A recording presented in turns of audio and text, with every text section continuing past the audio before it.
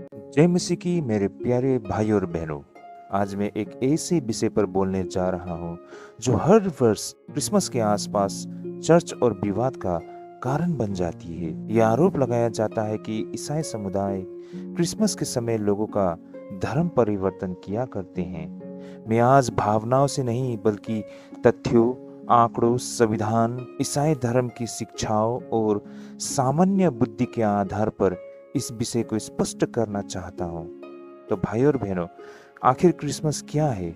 इसकी मूल समझ इस प्रकार है। सबसे पहले हमें यह समझना होगा कि क्रिसमस आखिर है क्या। क्रिसमस यीशु मसीह के जन्म की स्मृति में मनाया जाने वाला एक पर्व है।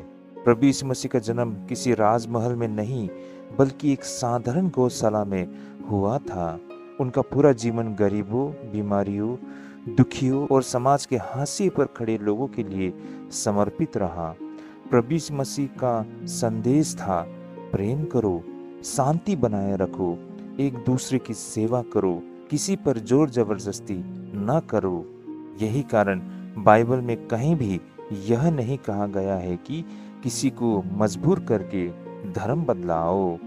आगे हम ये भी देख सकते हैं कि ईसाई धर्म का मूल सिद्धांत, भाई और बहनों, ईसाई धर्म का मूल सिद्धांत इस प्रकार है। विश्वास व्यक्ति की अपनी इच्छा से होना चाहिए। बाइबल में प्रभु यीशु मसीह कहते हैं, जो मेरे पीछे आना चाहते हैं वह अपनी इच्छा से आए। यहाँ चाहता है शब्द का प्रयोग किया गया है। यह शब्द बहुत महत्वपूर्ण है। इसका अर्थ है बिना दबाव, बिना लालच, बिना डर। यदि कोई व्यक्ति मजबूरी में किसी धर्म को अपनाता है तो वह ईसाई शिक्षा के अनुसार भी गलत है। इसलिए यह कहना कि ईसाई धर्म जबरदस्ती धर्म परिवर्तन सिखाता है, धर्म की मूल शिक्षाओं की गलत समझ है। आगे भाई और बहनों, हम एक बहुत व्यवहारिक प्रश्न को पूछते हैं, क्या धर्म परिवर्तन एक दिन में हो सकता है? क्या किसी त्योहार में खाना खाने या उपहार लेने से कोई अपना विश्वास बदल देता है? सच्चाई तो यह है कि धर्म परिवर्तन एक लंबी प्रक्रिया होती है। इसमें अध्ययन, विचार, अनुभव और व्यक्तिगत आस्था शामिल होती है। यदि क्रिसमस पर सचमुच बड़े पैमाने पर धर्म परिवर्तन होते तो यह केवल एक दिन तक सीमित नहीं रहता, पूरे वर्ष दिखाई देता। लेकिन ऐसा वास्तविकता में नहीं होता। भारतीय संविधान और कानून इस विषय पर क्या कहते हैं?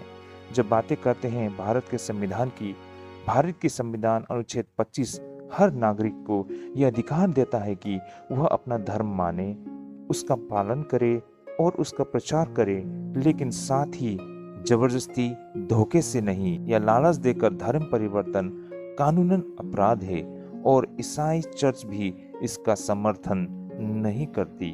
और यदि वास्तव में क्रिसमस के समय जबरन धर्म परिवर्तन होता तो हर साल हजारों एफआईआर दर्ज होती, अदालतों में ठोस प्रमाण होते, दोषियों को सजा मिलती। लेकिन देश की न्यायिक व्यवस्था में ऐसा कोई व्यापक प्रमाण मौजूद नहीं।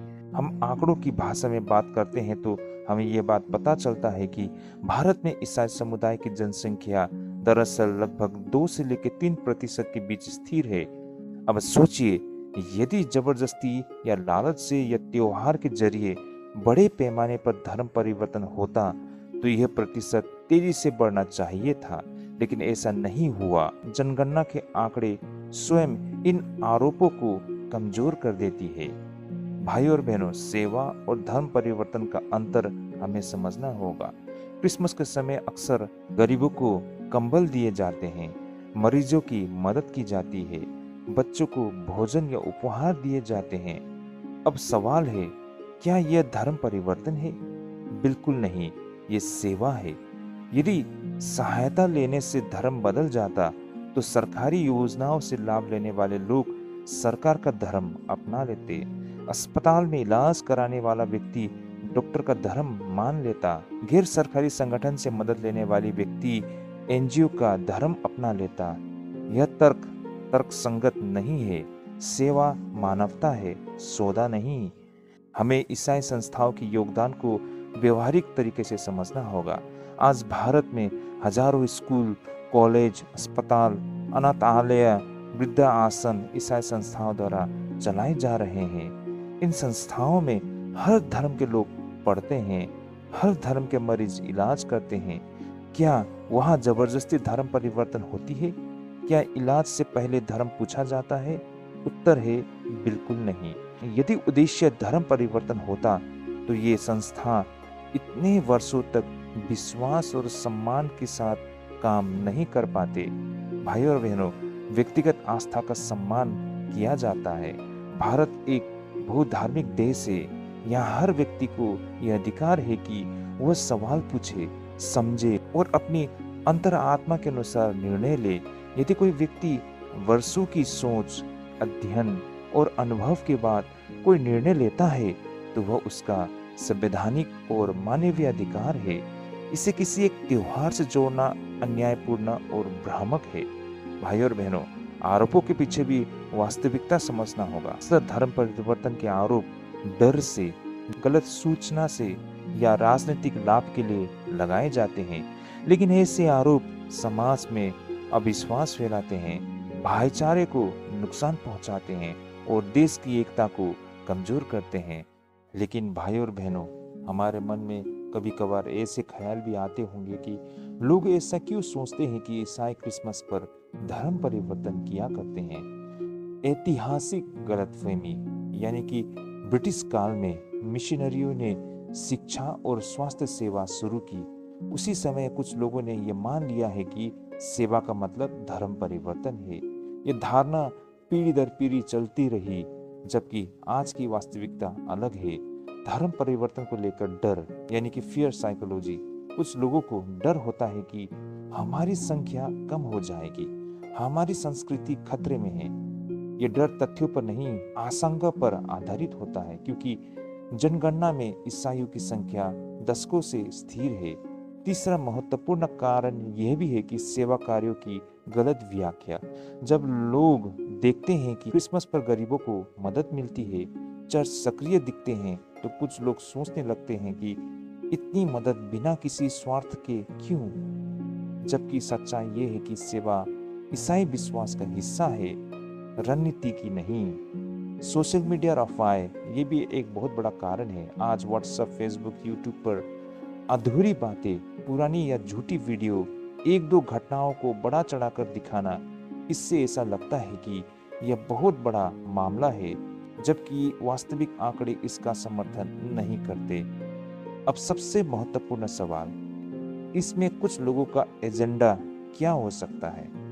यहाँ सब लोग नहीं, बल्कि कुछ समूह या तत्वों की बात हो रही है, जैसे कि राजनीतिक एजेंडा। कुछ लोगों के लिए धर्म एक राजनीतिक हथियार है। किसी एक समुदाय को डर दिखाकर वोट जुटाना, भावनाएं भड़काना। चुनाव के समय ऐसे आरोप अचानक बढ़ जाते हैं। यह सहयोग नहीं होता, हम बनाम वे की मानसिकता। जब समाज में कहा जाता है ये लोग बाहर के हैं, ये हमारे नहीं, तो इससे समाज बढ़ता है। एक समूह को दुश्मन की तरह दिखाया जाता है, जबकि ईसाई भी उतने ही भारतीय हैं। ये सब ध्यान भटकाने की रणनीति है। कभी कभी बेरोजगारी, महंगाई, स्वास्थ्य, शिक्षा की समस्याएं, इनसे ध्यान हटाने के लिए धार्मिक मुद्दों को उछाला जाता है, ताकि असली सवाल पीछे छूट जाए। साथ ही यहाँ पर कुछ लोगों को पहचान की असुरक्षा लगती है, यानी कि आइडेंटिटी इनसिक्योरिटी। कुछ लोग मानते हैं अगर कोई दूसरा धर्म चुना जा सकता है तो शायद हमारा धर्म कमजोर है। लेकिन सच्चा धर्म डर से नहीं, आत्मविश्वास से चलता है। ईसाई दृष्टिकोण से सही प्रतिक्रिया क्या होनी चाहिए? आरोप से नहीं, उदाहरण से जवाब। इस पर भाइयों और बहनों, ईसाई दृष्टिकोण से सही प्रतिक्रिया क्या होनी चाहिए? हमारी प्रतिक्रिया आरोप से नहीं, उदाहरण से जवाब होनी चाहिए। जैसे कि सेवा जारी रखे, पारदर्शिता रखे, कानून का पालन करे, बहस नहीं संवाद, गाली या अपमान से नहीं शांत तर्क से बातें करे, डर नहीं विश्वास। यानी कि प्रभु यीशु मसीह ने कभी भी डर की राजनीति नहीं सिखाई, उन्होंने प्रेम और सत्य सिखाया।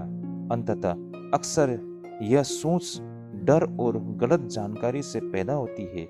ईसाई धर्म जबरदस्ती नहीं, स्वेच्छा सिखाता है। इस तरह भाई और बहनों, अंत में मैं यही कहना चाहता हूँ, क्रिसमस धर्म परिवर्तन का नहीं बल्कि प्रेम, शांति, सेवा और आशा का पर्व है। आइए हम अफवाहों से नहीं, तथ्यों से और नफरत से नहीं, समझदारी से सोचे। भारत की ताकत विविधता में एकता है। एक दूसरे की आस्था का सम्मान करना ही सच्चा राष्ट्र धर्म और मानव धर्म है। धन्यवाद।